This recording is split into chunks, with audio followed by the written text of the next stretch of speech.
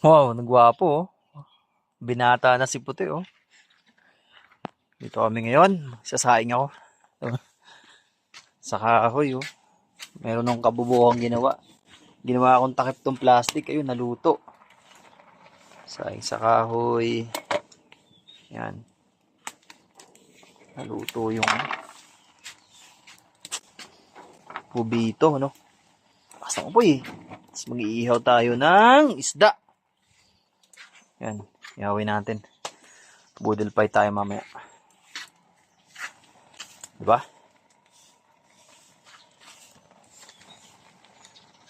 Mukhang hilaw ah. Malakas ng apoy ah. Pakasin nga natin.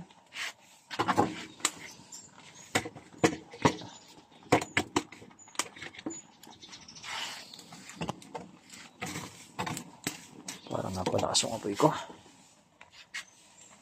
Mukhang natuwa sa kahoy eh. Daming kahoy dito.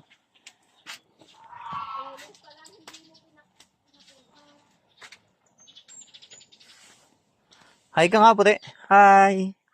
O yan, binata na ha. Tuloy na ba yan? Tuloy na? Tuloy na daw.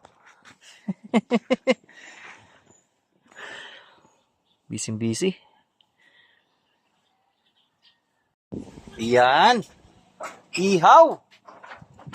Naluto ba yung kanin natin? Nasunog yung... Puti, nasunog yung kanin natin.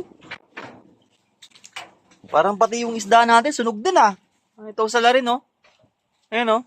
Tako. Tandaanin mo lang. Sabi mo sa akin, magaling ka magluto ng ganyan. Alam mo nga. Anak ng pating. Paano ka mag-aasawa niyan? Wala, hindi pa yan. Alam mo nga. Baliktad mo natin. Baliktad mo nga. Nakasunog agad So, sarap niyan.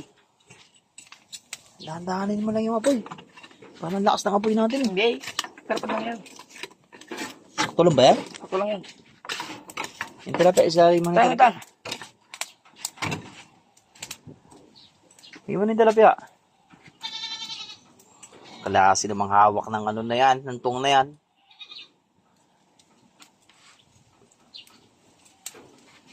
Iyo. Yung yellow pin natin, naging black pin na.